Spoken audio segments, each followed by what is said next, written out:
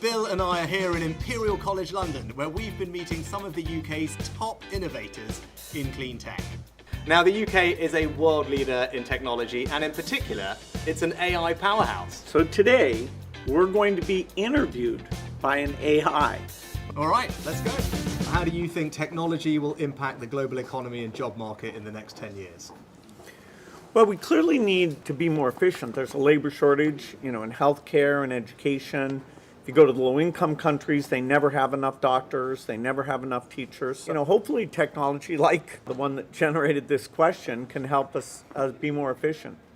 What's the most important piece of advice you've ever received, and how has it influenced your career and approach to life? Probably one of the best quotes someone gave me when I started out was, "It's nice to be important, but it's more important to be nice." And I thought that was a nice way to think about your life. And it doesn't mean you should be soft, doesn't mean you can't take tough decisions and be firm, but I think it means treating people with decency and kindness and empathy. How about you? I've had great advice. Warren Buffett talked about, in the end, it's how friends really think of you and how strong those friendships are. That was great advice.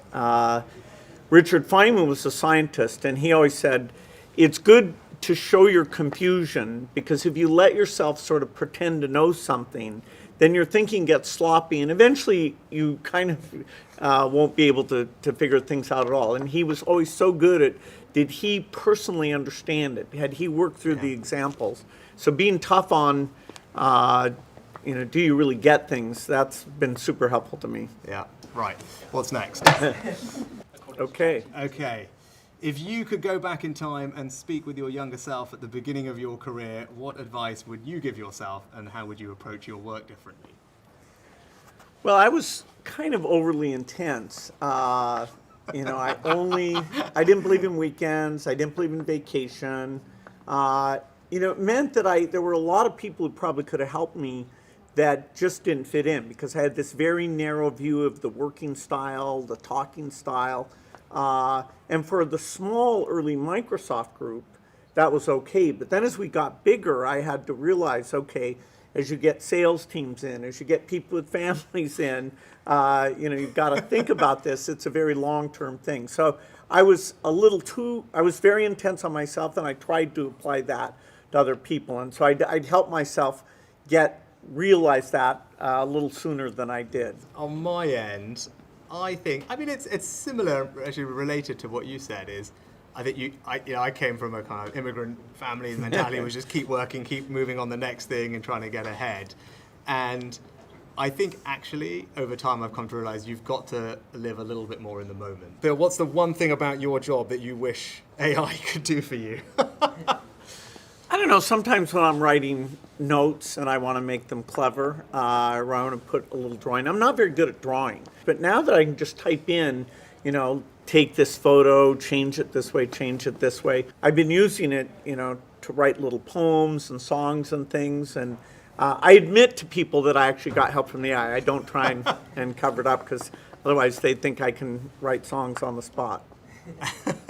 I think if AI could do Prime Minister's question time for me every week, that would be great. We have this thing, which I don't know if you know, so every week I go to Parliament. No, it's famous. It's right, yeah, exactly. Infamous. Every Prime Minister kind of says the worst part of their week. So if I can have some AI avatar deal with that for me every week, that would be great.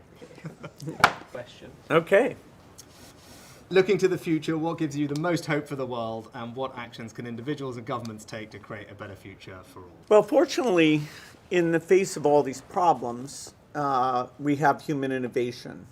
Climate change, very daunting. The number of things we have to change, the speed, the inequity still in the world, where even though we cut childhood death from 10 million a year to 5 million a year with things like Gavi that delivered vaccines, still 5 million is too much. But we're inventing new vaccines. As bad as the pandemic was, it accelerated vaccine science at places like Oxford.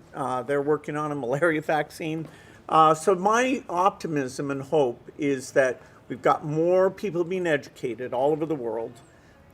We've got more sharing of information.